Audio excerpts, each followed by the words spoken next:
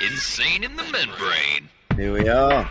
Welcome to the show. This is Insane in the Membrane with me, Rich Wilson. And today I am joined by the mighty Olaf Falafel. How are you? Yeah, good, mate. Good. A little bit cold. Yeah. But good. I've got a hat on. I've got some furry sleeves as well. I mean, I'm sat at home on my own. My other half and the kids are all out at school, and I can't be. I'm too tight to put the heating on for the house I'm just my own. So Do you know what? I find that. I was in my flat yesterday, and I was like, "There's no point. It's just me. The wife's at work. I just put another jumper on." Exactly. Yeah, it is. It's kind of giving away. With podcasts, there's that kind of, you assume they're all recorded the day before. So I don't know when this is going out, but yeah, it may get put out in like summer when it's really hot and everyone's listening going, "What do you mean it was cold?" So yeah, this was actually recorded in the winter of 1976 when it was really cold. This has been the coldest. Isn't this the coldest March in like a decade or something? Yeah, it's nuts. It is nuts. So yeah, actually, we should say it's March the something or other, and it's blooming. It was snowing earlier. There you go. Do you know what? I got the bus, and I was standing outside the uni in Brighton, where the bus stops, and I was just stood there, and it couldn't make its mind up. It was going to be sleet or rain, and then it was coming in sideways, and just sort of standing there, just going. It's just how it is. I get it, but I thought we were over that. I thought we were on the hill towards the nice weather. All the daffodils have come out. And now every time I see them now, I'm reminded of that Conor McGregor meme, like, "Surprise, motherfuckers!" Oh. So how are you? I'm good. I'm very well, thank you. I'm all right. I've reached a stage in my life where I'm actually quite zen about stuff. I'm actually things that were, I used to really worry about. Oh, mind you, I say that. I did wake up the other morning panicking. We hadn't paid the rent, and I was a bit worried about where we were going to get the money from, but we sorted it out. But so I had that. But apart from that, I'm pretty zen. You know. How about you? Yeah. I mean, it's weird. I go from one sort of thing in the distance to worry about.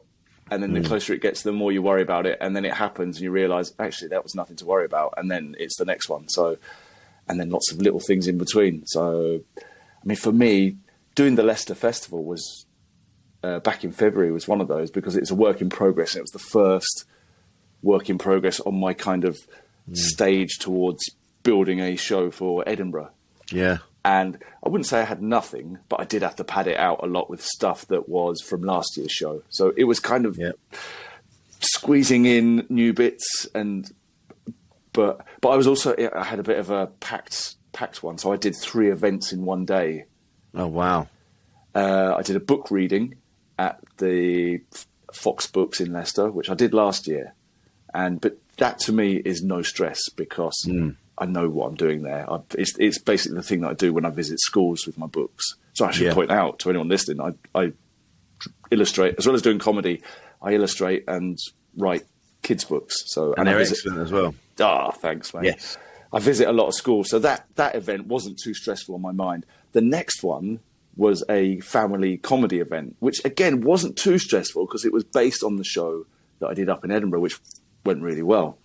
But I wanted to introduce a few newer bits. So there was a little, whereas the third event of the day was work in progress, new stuff. And that was the bit that was giving me the,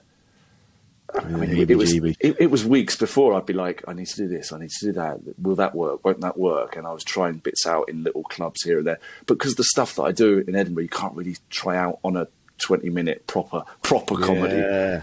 As my kids say to me, are you doing proper comedy tonight? And when they ask that, they mean, am I going to get up on stage with a fishing rod and fish ducks off people's head, or am I just going to be up there telling jokes and making people laugh? So it's very difficult to do the Edinburgh stuff when I'm meant to be doing proper comedy. I think this is what people don't realise about comedy is that they normally 9 times out of 10 they see the finished product, that, and like with everybody, every comic on every level, there has to be a moment where they're at a little club trying out new things for the first time, You know, like Mickey Flanagan, for example. He's just been at the at Hammersmith, the event in Apollo, and I was with him a few months ago, end of last year, and he was working stuff out on a Tuesday at the Guinea Pig Club. You know, and he was walking out to silence. You know, people were like excited to see him, and then all of a sudden they were like, "Oh, this is shit," and he go, "Yeah, it is shit. It's shit now, but it won't be." And then you'll all be queuing up to see him at the. And you'll be paying God knows how much money a ticket to see it. Yeah, but at the minute, it's shit. Yeah, it's shit, and that's the thing with all of us. Every comic that's ever lived, we have to find a way of trying to do the new stuff, don't we? And it's fucking hard. You have to plough through that shit, and in a way, that it's kind of the same in a lot of walks of life. And one of the things that I go into schools and the teachers will not necessarily telling me to tell the kids, but what they have certain watchwords. One of the big ones in pretty much every school is resilience and persistence. Right. Because I don't know whether it's always been the way, but it just, to me, it feels like kids aren't quite as resilient, and when the going gets tough, they'll stop or they won't carry on. So I try and drum that in, but also with a lot of kids in the Q&As afterwards, a lot of the kids go, "How did you get good at drawing?" or "How comes yours?" And it's a boring answer, and it is just being shit. Although I don't say that to kids, but it's like you've it's practice, and you've got to put up with things not being right the first time. And I think there's a certain level of if it doesn't work first time with kids, they don't want to stick at it. Yeah. And if comedians were like that, there'd be no comedians. No. If it didn't work first time. I did a bit, you know, the Museum of Comedy, don't you? Yes. They do a new material night there, and I was doing a bit just in the run up to Leicester, and I'd had an idea. I mean, should I say it? I probably won't say it because I don't want to give it away, because it wasn't. It was pretty rubbish. it was, in my head, it sounded great, and I told my kids about it, and they're normally a good sounding board for like, nah, not sure. They thought, yeah, that could work. Actually, I probably need to tell you now. The idea was that, well, it didn't work in the Museum of Comedy, and then I was talking to David at the Museum of Comedy and saying, I'm definitely going to. That was the Monday before the Leicester on the Sunday, so I'm definitely trying it in Leicester on Sunday. And if it doesn't work, then I'll ditch it. But I still believe in it, and it really worked on the Sunday in Leicester. I think because of the situations where the new material was very much a mixed bill, whereas the Leicester was people who know what I'm about and have come to see stupid stuff. It was basically some observational comedy from the perspective of a lobster. Right. There was a bit of a twist and a bit of a reveal, but I don't want to give that away. No. But it really did not work on the Monday. But I really thought that there was something in it, and I tried it on the Sunday, and I just thought, you know what, the situation's not quite right. And I videoed it on the Monday, and I watched it back, and I showed it to my eldest, who you've met. I have. And she's brilliant. Yeah. They're both getting to be comedy fans because they traipse up to Edinburgh most years and excellent flyer for me now, which is good. But yeah, I showed it to the oldest, and she still, despite the reaction from the audience, thought, no, you've got to do it. So that was encouraging. But yeah, you do have a lot of shit before you get there. Oh God, and it's so easy to, like you say, it either doesn't work the first time and you want to bin it, or it works excellent the first time. That's worse, isn't it? Well, this is it. I'm doing MacFest at the end of April. I did it last year, and because it's a festival, small festival.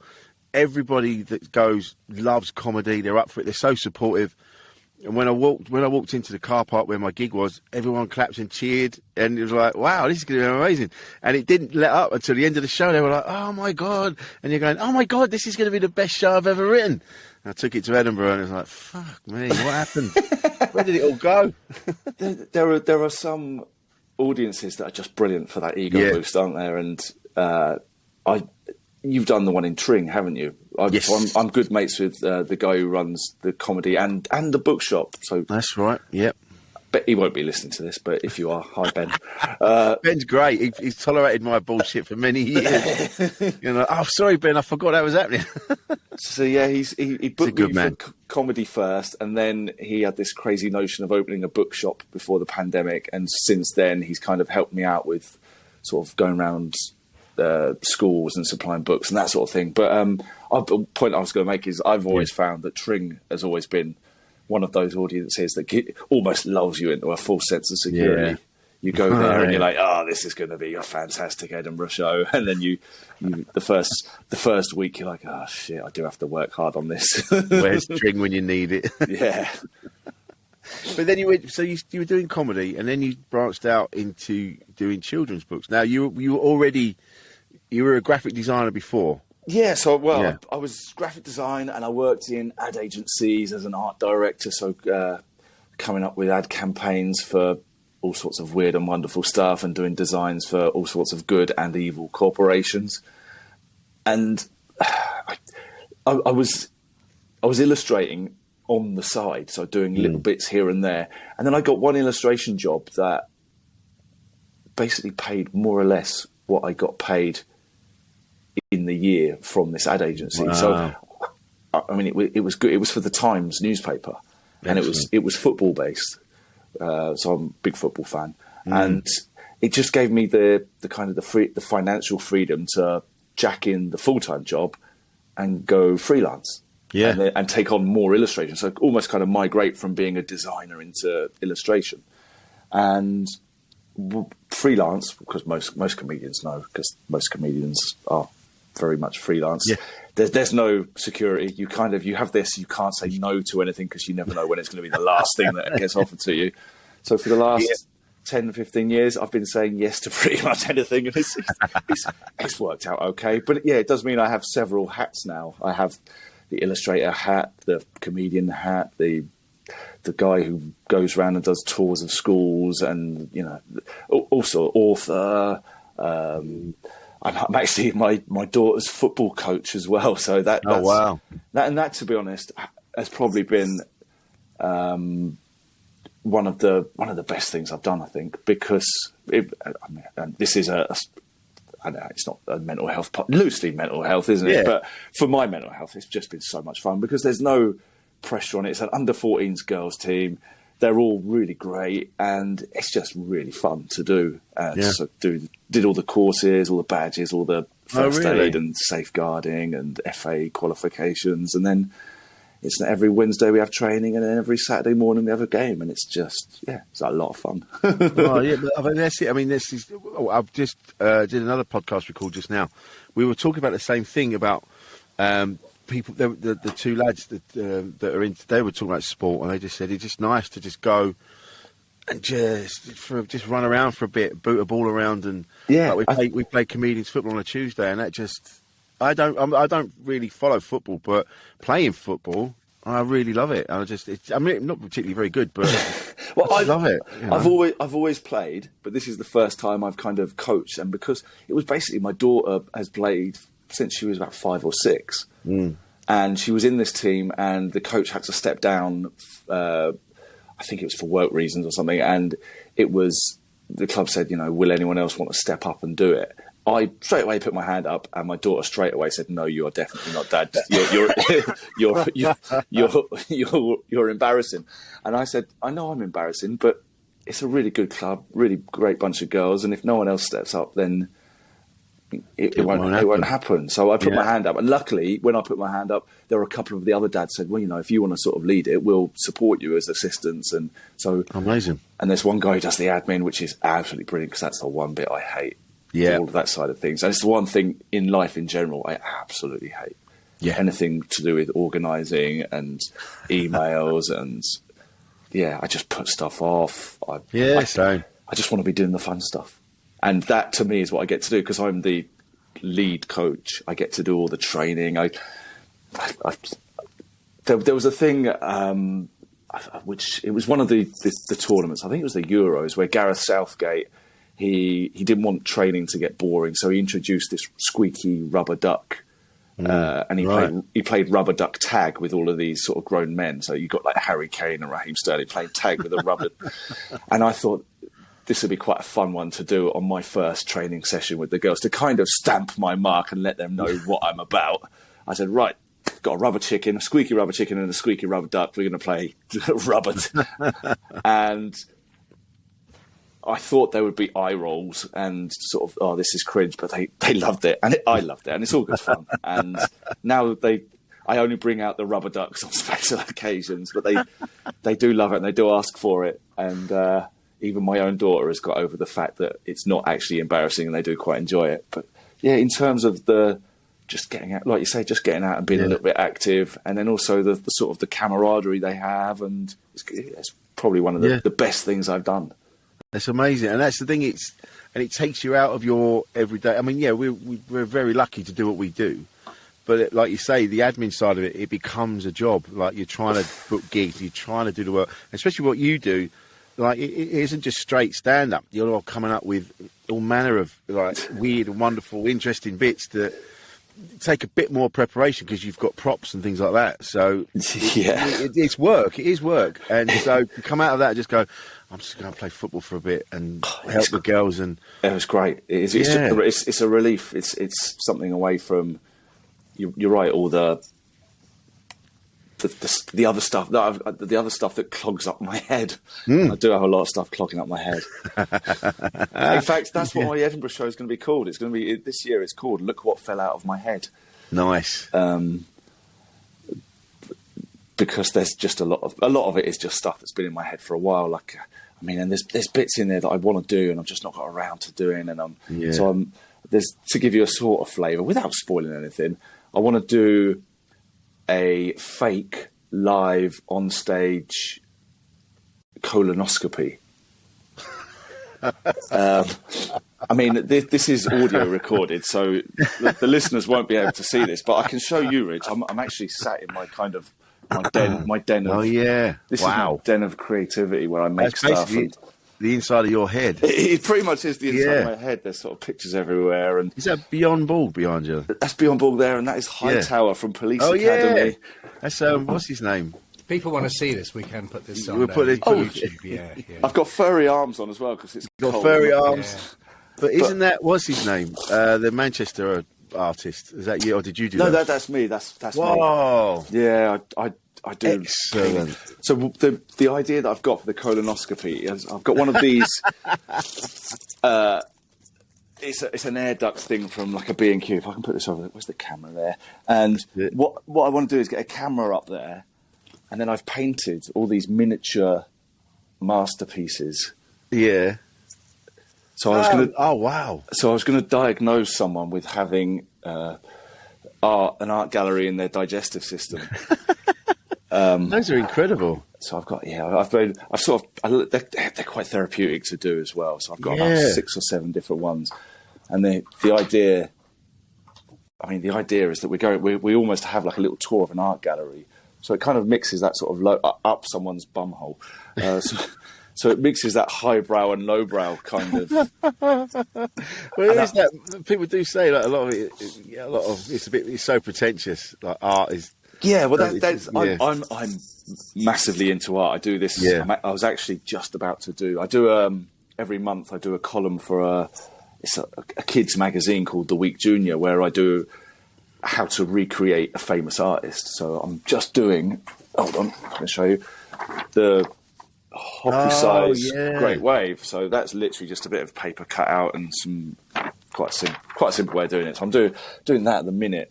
But yeah, so I'm well into my art. But yeah, understandably, it's very pretentious. So taking an art gallery and putting it inside someone's basically rectum. And the idea that I've not done this yet, I wanted to have it in time for Leicester, but I just didn't get there. So that's kind of what I'm working on next. The idea is that I have a kind of recorded video going down this digestive tract, and then we get to various bits of art.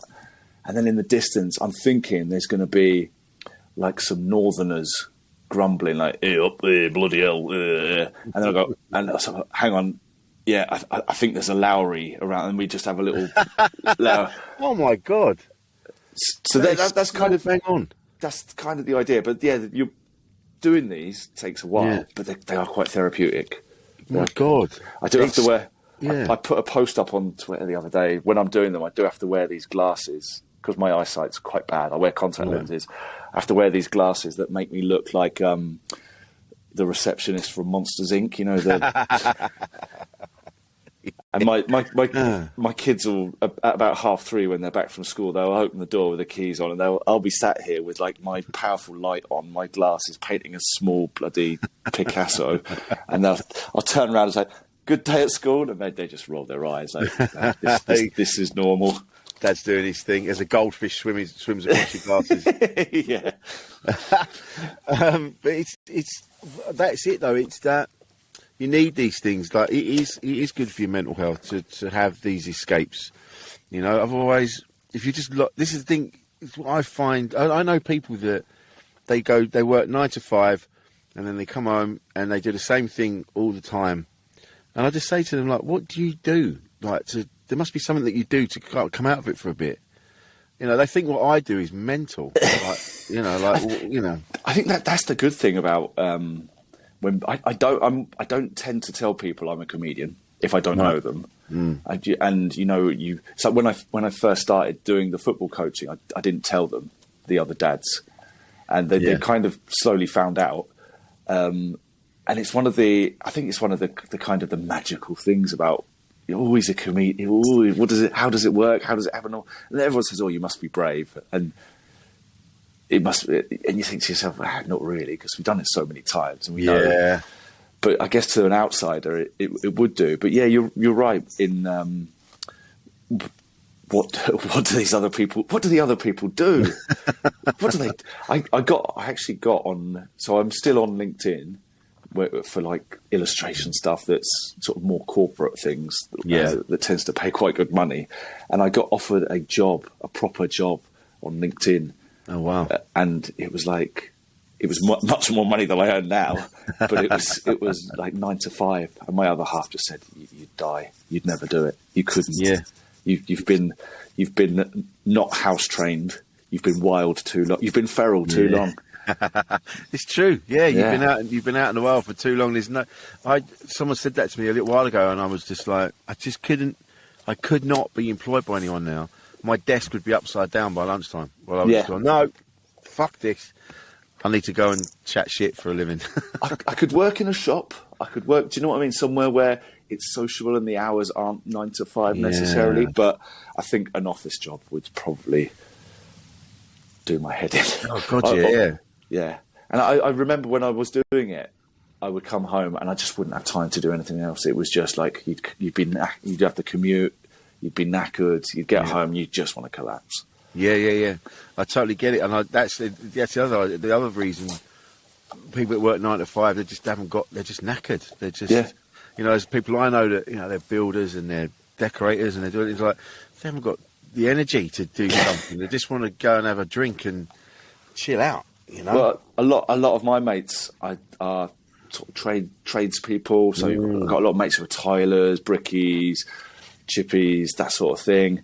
And I mean, they probably look at me and think that's not a proper job, but they do look at me and think it's not a proper job. But no, they're a good bunch. But it is weird, and it's weird as well. When you come back from a gig and you can't sleep. Yeah, and then that means you sleep till 11, or whenever it is. I mean, if it wasn't for the fact that I make myself get up to make breakfast for everyone in the house before they head off to school, I probably would sleep until 11, 12. But that used to be. It's a shame actually. Both my daughters are at high school now, right, and. It used to be one of my favourite parts of the day was not necessarily my eldest one, although she's great. But I mean, with the eldest one, I was walking them both into school. Yeah. Whereas when she left to go to high school, it was just me and the youngest, and it was slightly more not intimate, but just funnier because there was just the two of us, and we weren't sort of competing there weren't 3 people competing and we just come up with really stupid ideas, and a lot of it would inspire stuff that goes in my kids' books. She would tell me about her her mates at school and the stupid things that they were doing, and tell me about funny sort of anecdotes. My other half as well, she works in a school, Right. and she's told me some. There's actually, so I've got a book that is coming up. So I did my first chapter book last year, and it is called Trixie Pickle Art Avenger, and it's basically it's about a girl.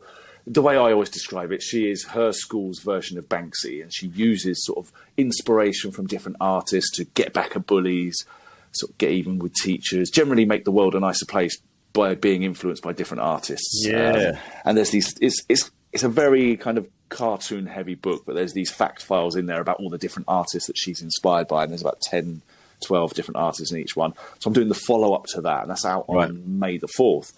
And there's a little anecdote that my other half told me. So it's normally was my youngest daughter telling me all these things, but my other half, she said, "Oh, it was so funny. It was so funny. We were doing a science experiment, and it was to do with measuring the rate of temperature change as ice melts."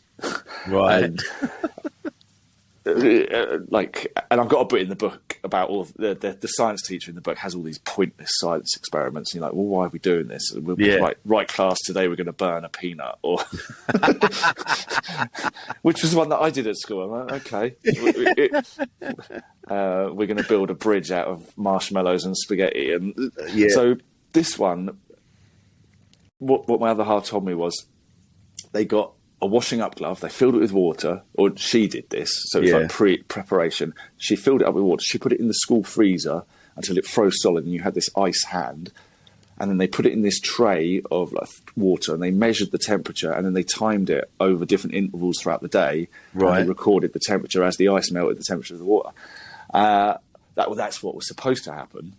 And what happened, they tried to peel the glove off the ice hand, and as they peeled it off, the fingers just snapped, started skidding over. And all the kids were pissing themselves as the fingers were snapping off. And then they thought, right, we're going to do this sort of like, you know, when you pull the tablecloth off a table and all that's what we'll do. There's only a couple of fingers left. We'll just whip it off. And they whipped it off, and it was the only finger that was left was the middle one. So there was an ice hand giving the middle finger to the class on a. All the kids were losing it. Even the teachers were losing it. And I just thought, that is so good. That's got to go in my book. So I pretty much nicked it wholesale to put in the book. But yeah, well, why not? That's a great story, and it's only going to just get wasted. It's just going to just be out there. Exactly. But that came from my other half. But a lot of the stories in the first book came from just walking to school with my daughter, and it just gave me a reason to get up, a reason to get some fresh air, and also I could just farm her for some ideas and just even if it wasn't stuff that was going in the book, she'd come up with like one of the more memorable ones. She said, "Wouldn't it be great if we could hire IKEA one day and just invite all your mates round and just have one massive game of hide and seek?" And I thought, that would be pretty good. That would be pretty cool. Oh, I'd love that. I would love that. It was like they were talking about Buckingham Palace, and they said just turn it into a massive laser quest. Imagine that. That would be good, wouldn't it? That'd be amazing. If they did that, you'd have so much more respect for everybody. You could. They talk about the royals sort of making money for the country. That would probably treble it. Yeah. Who doesn't want to play like Laser Quest? Oh, you do. I remember years ago there was this alien thing, and it was at Leicester Square at the Trocadero. And I remember, and it was like being in the film, and you walked in, and there was a party of 13 of you, and then this soldier said, "Right, we're going to take you through the compound, going to show you the eggs, going to show you this," and then this alarm goes off, and then this soldier comes on, and this soldier goes, "They've escaped. Yeah, right, we need to get you out," and you're running through all these passages. If they turned Buckingham Palace into that, I can imagine that they get you in there. Charles is doing the briefing, and then he's saying, "Okay, there's a really," and then he's escaped, and then Prince Andrew is running after you, and he's right. You got to get out before he gets. You've got to get out before he nonces you. Yeah. Now you see. Now we're thinking outside the box. Allegedly. Allegedly. Oh yeah, allegedly. Sorry. Yeah. before I get a hit put out on me. I would say, well, let's change the subject briefly. Yes. You mentioned football and your love for football.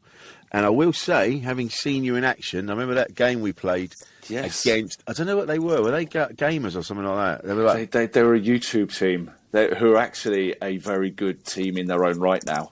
oh my God. They were good. They absolutely spanked us. Do you know what? All the other people on the team, because the video, they didn't want the video to go up because we lost. This is like 21-1 or something. It's something ridiculous. And I remember Lloyd Griffith was like, don't put this out. We don't want, and it was like, no, put it out. It's really funny. It's funny, yeah. Yeah, and but what I noticed, and it was the first time really realising that when someone can play football, like really play, it's next level, like yourself. Like you were everywhere, and it made the rest of us. I just was like, oh yeah, I'm a pub football team player.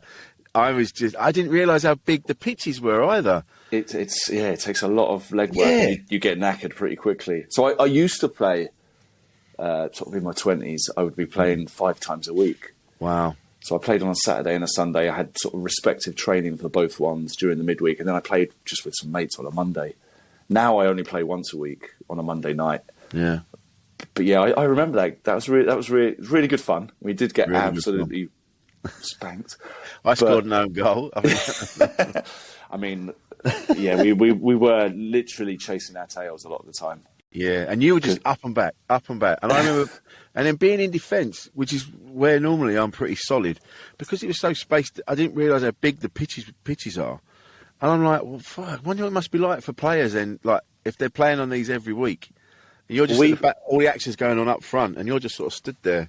I think we were predominantly sort of mid-30s as an average to higher. I can't remember how old I would have been. And they were predominantly early 20s. And like you say, because the actual 11-a-side pitches are so big, if you're quick, you can just knock it past an old man like me. And yeah, I got a lot of that. There was a lot of that. But yeah, it's something I used to do a lot more of. But now I'm 46 now, and I still play on a Monday night, and it's just a revolving kind of group of people. And I've played with the same. I've played on that Monday night it was the year 2000, so it's 23 years I played on a Monday night in Luton, where I live.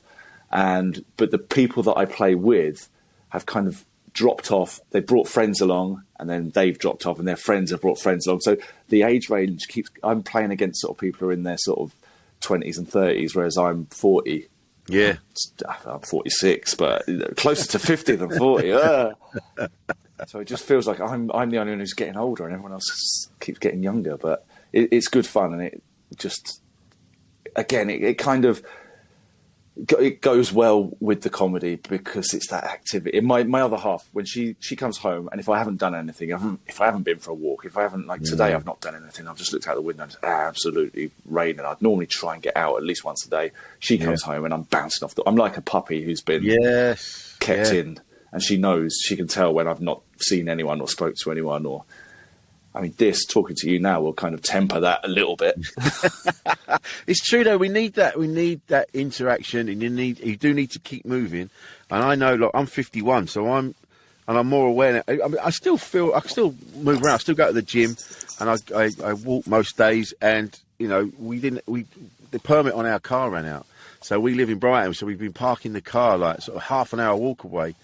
And then I was like, do you know what? I'm not in a rush to get a permit. I quite like this. Yeah. It's like half an hour to the car, it's half an hour back. I go to the gym, and then I do my stuff, and I feel a lot better for it. Just moving around all the time. Do you find you come up with ideas Yes. when you're walking? That's my main. Yeah. If I need an idea, I need to think about something. It's what I do. I go for a walk around the park, and I can be too. The only. I gesticulate quite a lot as I talk in my head. So people who are walking the other way think, oh, there's that nut. And I look a bit like I could be. And I'm there going, oh, if I'm talking about lobsters or something, I don't know, in my head. And then people are sort of giving me funny looks as they come towards me with their dogs. And I'm steer clear of him.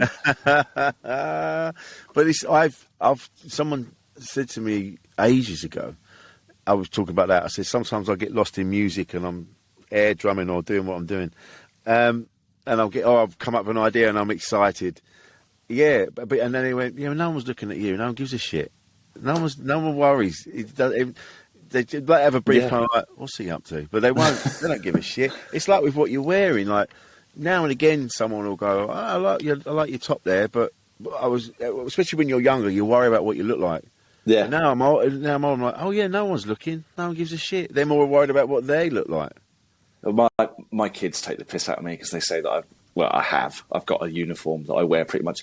I mean, I'm not wearing it today, but I normally just wear a denim overshirt with a striped t-shirt underneath. And, I've seen it. Yeah. And I've got just so. It's almost like Steve Jobs when he had the black t-shirt and he had like 500 of them in a walk-in wardrobe. I've just got loads and loads and loads of striped shirts and loads of denim sort of overshirts. And that's all I wear. So, and it just makes things a lot easier for me because I don't have to think about what I look like then. So you talk about music there. Yes. You're massively into your music, aren't you? I love music. Yeah. What's your next gig? Oh man, I'm going to see a band called Benefits, they're sort of like spoken word, but over real like electronic industrial noise. Basically, what people go, it's noise. I've spoken about it on here before. Yeah. And I've played it to people, and they go, "Yeah, that's not for me." And I'm like, because it's quite political, so they're talking about what's going on in a minute. So that noise to me, I'm like, yeah, it makes sense because we're getting fucked, and that's the noise it should make in your head. Just like fuck, it's real. It's angry and it's great. I'm literally going to search for him now. So when we finish here, I'm going to list. Is it you describing it there? It sounds a bit Sleaford Modsy type. It's like it's very much on that sort of spectrum, but it's more because a lot of it is it sounds it just sounds like electronic noise over the lead singer Kingsley shouting and hollering, but. It makes sense to me. I'm like, yeah, that's the noise we should be making at the minute with the way things are. They got a new song out called Warhorse, which has got a tune, which is good. Warhorse, yeah. that was actually my nickname. Was it really? When I was playing football on a Sunday. There you go. So are you into your music? Well, yeah, I would say so. I'm going to see. I mean, one of my favourite bands of the last few years is Australian band King Gizzard and the Lizard Wizard. Yeah, excellent. Yeah, we had them on the radio show. Yeah. Wow, I'm going to see them 22nd of March.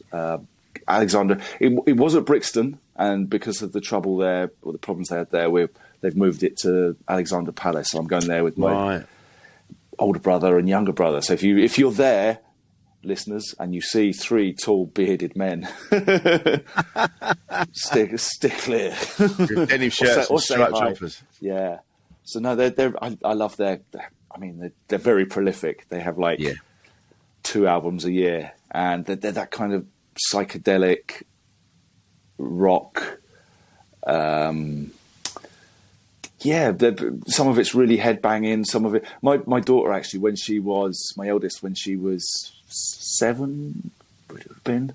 She had to do school homework about a famous person from Australia. Right. And because kids will kind of through osmosis suck up your musical taste. Yes. And I was playing this when I first got into King Gizzard, and I was playing a lot of their stuff. And it was quite headbangy, some of the album that I was listening to. And as soon as I saw it was an Australian themed week or homework they were doing, I said, "Oh, you want to do it about King Gizzard and Lizard Wizard?" So she did this lovely. It's like 3 or 4 pages. I don't know, it might have been 2 pages about King Gizzard and where they're from, and I really like their music because it's bouncy and energetic. And she did like a list of her favourite songs. I think the songs were called stuff like "Cold Cadaver." I'm sure the teacher was thinking, "What the?" And she'd written like they're a 7-piece rock band from Melbourne, and she'd done a little map and stuff. But I thought, this is great, so I took a photo of it and I tweeted it, and King Gizzard retweeted it. And nice! And that kind of made my day more than her day, to be honest. I was like, yeah, man. So no, they're my faves at the minute. So I love you. I'm actually going. I've got tickets to see the Arctic Monkeys with my oldest. So she's going to be 14, and yeah, I didn't realise, but she likes the Arctic Monkeys. And Oh, she wow. said, "Oh," and she asked me if we could go. And I was like, "Yeah, I'll come with you to that." Excellent. I've seen them quite a few times before in various festivals and things. I just think Yeah. it'd be good fun to do a first music gig with her. Oh, amazing! That's what I did. My dad took me to gigs when I was 14, and that was how we sort of spent time together. Just because being a kid, when I got to teenage years, I just wanted to just disappear. I wanted to just get out and go. And then Dad started going to see bands, and so I would go with him, and that was how we bonded. It was really nice. It's good to go. Have I been? My lads won't. They won't come with me, or they wouldn't. They might do now, but they didn't want to before. How old are they now? Well, my eldest is 30. He'll be 31 next week. Oh wow! And my youngest is 25. Oh, I did see. I took my eldest son to see Son of Dave. He's excellent, and we saw him at the Comedy Cafe, which was amazing, and that was a nice moment with him. We just saw because he didn't really know much about him, and I was halfway through. He looked at me and he was like, "Fucking yes, Dad!" And it was a really nice moment, I tend to go to most of mine with my older brother because he's much more. I mean, we both listen to Six Music, and we like new bands, and I live in Luton, and there's a great venue, a small venue in Bedford, which called Esquires. Which I know. There was. Who did we see there last? We saw Yard Act there. Nice. I love Yard Act. Brilliant. That was one of those ones that had got put off through COVID about 3 times. Right. So when we finally got there, and it was a really good night. And it's always good as well because we go for a few drinks before, catch up with him, and but yeah, I tend to go with him. I mean, he tends to send me little things saying, "Oh, have you heard of this? Have you heard of whoever it happens to be? And what do you reckon to this? I can get tickets to this. What do you reckon?" And I'll do the same with him. Like this King Gizzard one was, it was my Christmas present to them. Nice, because I know it's really difficult. We always normally just do chocolate orange with some money attached to it. And it's become a bit of a running joke where there you go, we may as well not even give these because they're exactly the same. You give me a chocolate orange with some money, and so I just thought it'd be nice to do something. And so I've got younger brother and older brother. We're all going to go have a few drinks, go and watch King Gizzard. Hopefully, have a good night. Oh, amazing! Yeah, my wife and I went to see Idols at Brixton. That's the last one we went to. And that was there was Self-Esteem was supporting, and then there was a rock sort of goth band. I can't remember their name, but they were brilliant. These 3 women that made a right racket, and then the lead singer ended up in the crowd, and then she was the support act. And you're going like, this is going to be a great gig, and it was brilliant. And the thing is with seeing things live, when you come out, you're just like, oh yeah, I want to be in a band. I want to do this. I don't know if there's anyone's come away from seeing me going, yeah, I want to talk about my penis for a living. Yeah, I don't think I've inspired anyone to make a fake colonoscopy or no. But yeah, you're right. You come out of that like when we saw Yard Act. I'm trying to think what the group. It was an all-female sort of Wet Leg-ish. Yeah, right. Group. Oh God, I can't remember what they're called. I started following them on Spotify, and you're right. You just leave there thinking, "Oh, this is like next level. This is brilliant. This is such a good experience." And I guess from just watching comedy, it's a different vibe, isn't it? Different vibe. I mean, some people might watch it because it's obviously something inspired us to go, I want to do that. So obviously that is there, but you're more likely to kind of go and see a band and go, yes, I want to be in a band. I want to do that. I always want to be a drummer. Are we past it, or well, is there like a? I was thinking this the other day with children's TV presenters, because I did a thing during lockdown called Art Club, where I was, to all intents and purposes, I was a crap children's TV presenter, teaching kids how to draw and excellent, and a little bit about fame. It's where the book actually, the chapter book actually came from. One of the editors at Puffin saw it and asked whether I'd be up for doing, because I'd only ever done picture books for Yeah. younger kids, whether I'd be up for doing a chapter book based on famous artists. And I think it was, I was reading something about there being a new Sky Kids, and everyone just looked really young. And I just thought, it's one of the last, I don't know whether it's one of the last kind of bastions of inclusion is old people. And I just feel like I'm too old for anything these days. And like you saying there about we having a band, what do you think an old what's old these days? It's such a contentious issue. But I'd say sort of over 40 is quite old for a new band. Yeah, Obviously, yeah. Obviously, you get lots of over 40s musicians but they've kind of made it. They did it in their youth. But for a band starting up, it's just uncool, isn't it? It's like, so uncool. But you've got 4 dads up there. Well, you say that there is some. I do know a couple of bands, and they're actually doing all right. I think you have to not worry about that. I think you have to go, look, embrace it. We want to make music. We're going to make music. We're going to do gigs. If people come, they come. And we'll just see how it goes, So, yeah. I think it'd be quite interesting to actually embrace it and to fully kind of, even to call yourself the Codgers or something. Not perhaps that far, but do you know what I mean? Sort of actually, we are old. Sort of get over it. And we are. Do you know what? I said this the other week. I was with a mate of mine recently, and we were going to have a drink. We're having a drink and watch, and she was at the gig. And then afterwards, I went to get her another drink. And she went, "Oh no, I've had enough now." And I was like, "Oh, okay. What? You've got work?" She went, "No. It's because I just, I don't do that anymore. Not at my age." No. I'm like, "You're 42. What are you on about?"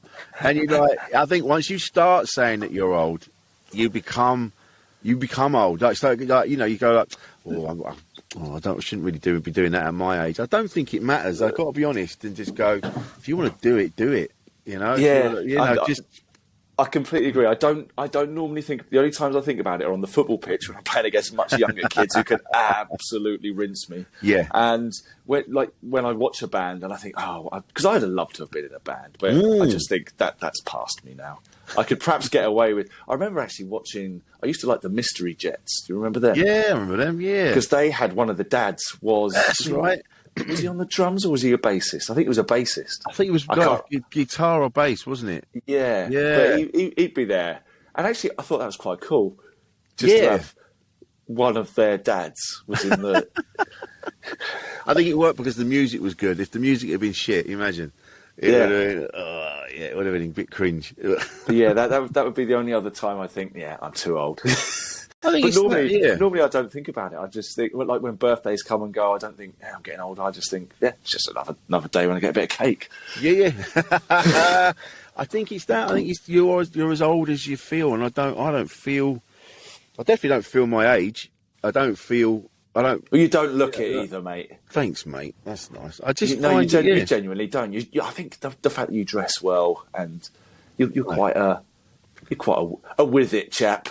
I think that's it. When you start saying things like, "Oh no, I'm a bit of a technophobe. I'm not going to go near that," and you're like, "It's an air fryer, Linda. Just read the instructions, mate. Just don't worry about it." It's once you start putting those restrictions on yourself, going, "Oh no, I'm too old for that now." That's when it starts to fall apart, and that's when you start to lose touch with stuff.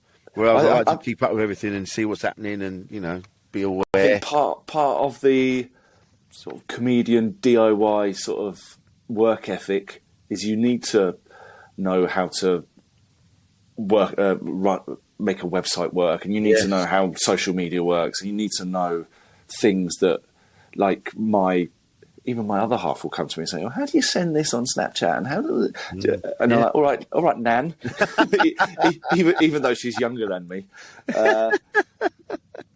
But because of the kind of the area that we're in, we have to learn a bit about everything and all those things that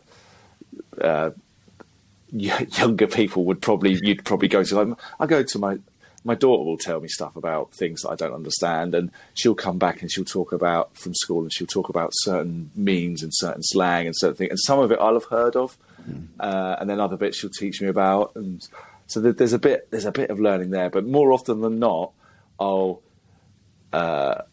I'll know people. That's another good one. Is when I know people that she thinks are amazing and brilliant, and I'm like, yeah, I know him. Like there's a YouTuber called Daz Black, who Right. I've don't know him like amazingly, but I did a few bits when Vine was a big thing. Oh, I before. love Vine. So I was quite big on that, and I did quite a few sort of virally Vine things. And Daz, we get invited to various Vine sort of event things, and he'd be there, and he's I've not followed his career, but apparently my kids have, and I'd be like, oh, what are you watching there? He goes, oh, it's Daz Black. I'm like, oh, I know him. No, you don't. No, you don't. Yeah, I do. Like Uncle Roger. Oh, Nigel. Nigel. Yeah. I weirdly bumped into Nigel. I was doing a corporate drawing job, so completely away from comedy, paid quite nicely, out in Philadelphia last year. And it was just really weird. I'd finished the job, looking for somewhere to eat, walking around Philadelphia on my own. Who's coming towards me? Nigel. Wow. And I'm just like, what the? He's like, yeah, I'm here for 2 dates, doing my Uncle Roger. And I was like, so I went along and watched him the next day. I had my photo taken with. My kids couldn't believe that I knew Uncle Roger. See, it's things like that. They keep you young. They keep you fresh. Exactly. Yeah. Keep you involved. Like you've got your children's books as well. You're like, you can't. It's all very well going, I'm going to write children's books, but they have to be, you can't. You could be old-fashioned doing it, and you've got to come up with a story that's sort of relevant. Yeah, you've got to be kind of. You can be childlike, and you can be old and childlike. You don't have to be young to do it. No. But you almost have to have a bit of a childlike mentality, I think, and I've definitely got that. much to the dismay of other people in my house, a lot of the time. But yeah, it's not necessarily knowing the ins and outs of what all children are into and up to, but having kids that are. I mean, mine are now older than the age that my books are aimed at, because I've got an 11-year-old and soon to be 14, and the chapter books are sort of 11 is the top end of that. I mean, I always say they're good for clever 6-year-old or really thick 12-year-olds, but they're not really. They're good for all ages, of course they are. Anyone who's listening, but so that whilst I've nicked stuff off them in the past. It's now getting to the point where I've stuck where I am, and they're kind of moving on. So I'm thinking I need to keep that sort of mentality. But no, it is good fun doing the children's books and just coming up with ideas. And I'm working on another picture book idea at the minute, literally just before we rang, which, funnily enough, is to do with persistence and resilience. Right. It's all about. No, probably shouldn't say it in a minute, but yeah, it's a character who has to overcome stuff. Let's just say, and it's funny, obviously. But yeah, that seems every school that I've been into. I go and visit lots of schools with my books, and pretty much every school I visit, they have this sort of baked into their school ethos is this persistence, resilience, never giving up. Yeah. So I just thought it'd be great to do a book that is kind of all about that, but make it funny. Yeah. So that's what I'm working on at the minute, and that's brilliant. as well as doing paintings and stuff. But, keep. I like that, but that's the thing that's good for your mental health. Like doing all these things, and like you say, if you didn't do it, they'd just be rattling around in your head, and that would send you insane. Exactly. Well, this book that I'm talking about, I literally put the first draft down and sent it to my agent just because it'd been rattling around in my head for so long. Yeah. The idea for like 2-3 months, and I just thought I need to get it out because then it's one less thing in my head. Yes. And then the only problem was I got it out, I sent it to him with a couple of little sketches of the main character, and he sort of said, yeah, this is really good, can you how quickly can you finesse it? So now it's basically turned into another thing on my list rather than it being.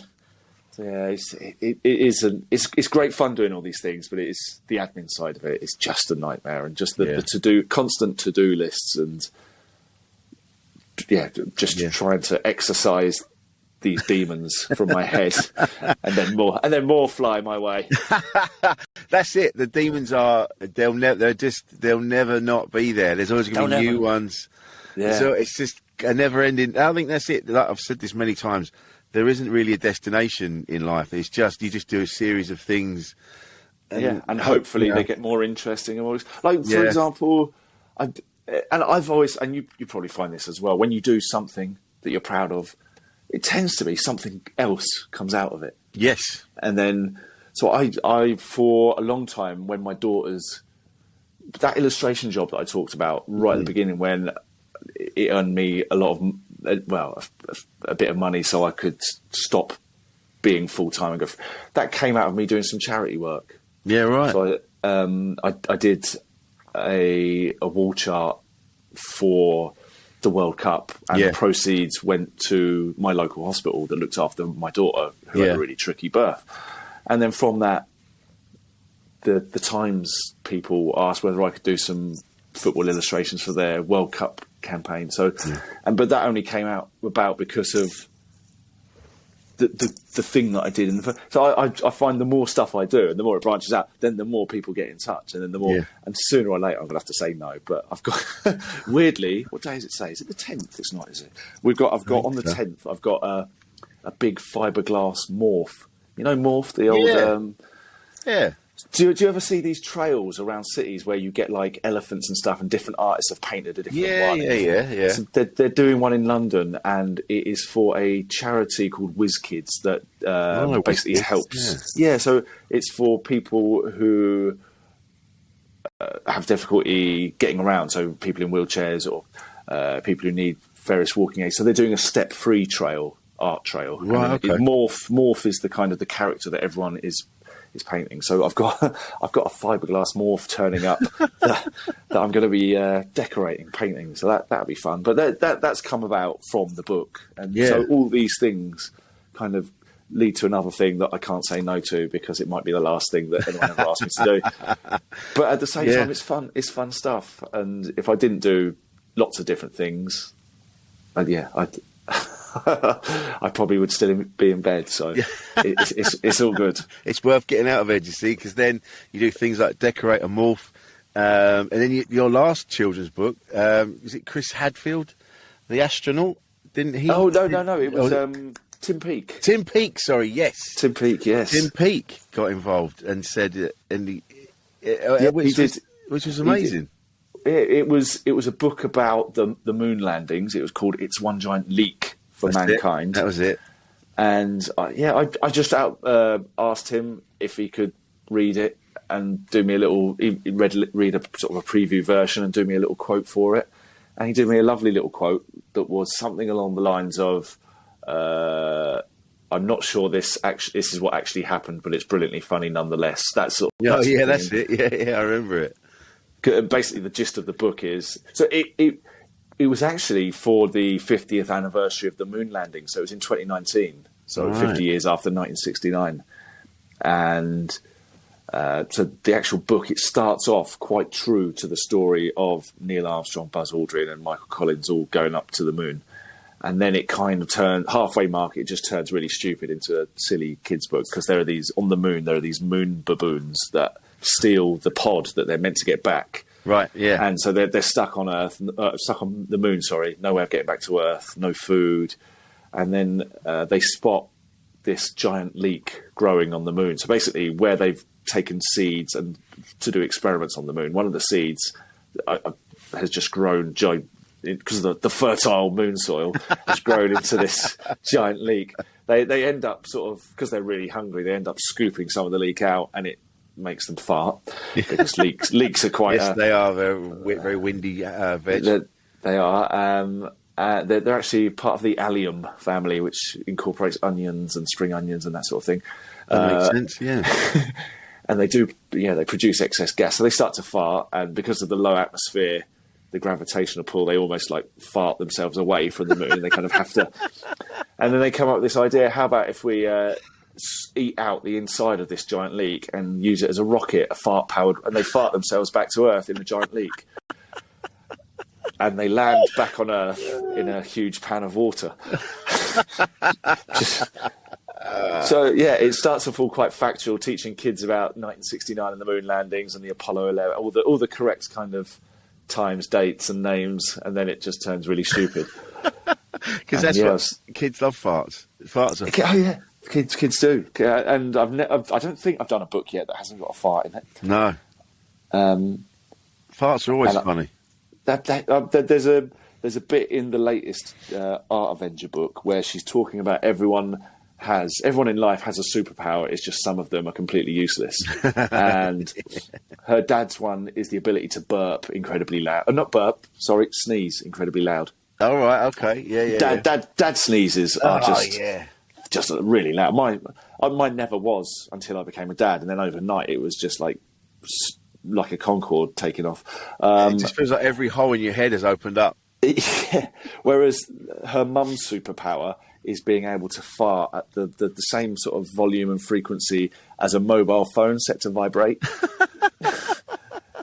And so I've done a little cartoon in there where it's just and the dad's like got his phone saying, "That's weird, I'm sure I had just had a message come through," and the mum's kind of got her hand on.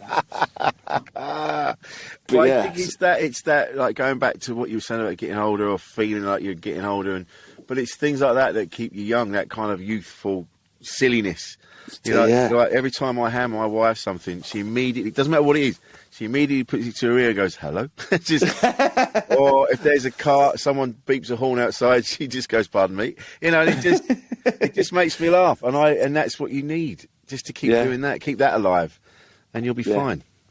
I mean, the one that I do, and it's a nod to Eric and Ernie, is the old, whenever you hear an ambulance or a fire engine, they won't sell many ice creams going at that speed. To the point where my kids will say it to stop me doing it. They'll get in before me. Yeah. So in a way, I've passed the mantle on. So now they're saying it. Hopefully, it'll stick with them. But it's things like I remember the comedian Phil Ellis. Every time I've been with him, and someone farts, and he's like, "Oh, new shoes."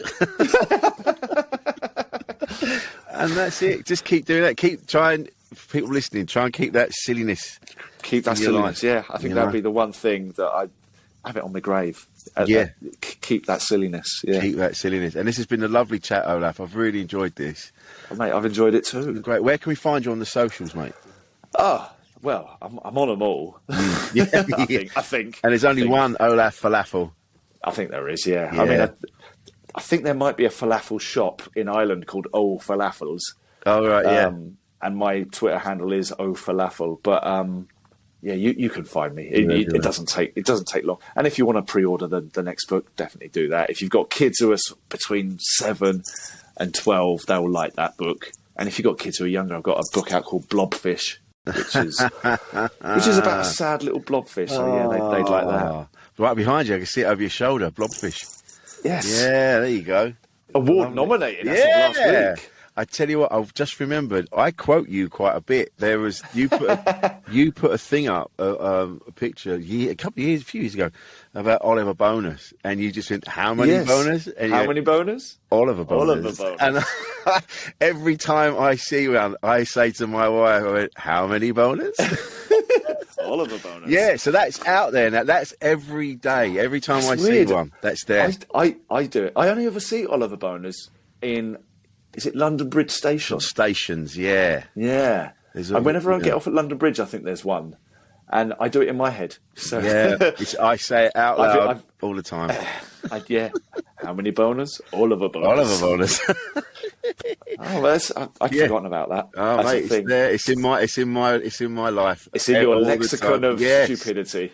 This has been great. Thank you for joining me, Olaf. Thank you to everyone for listening. This has been Insane in the Membrane, and we will see you next time.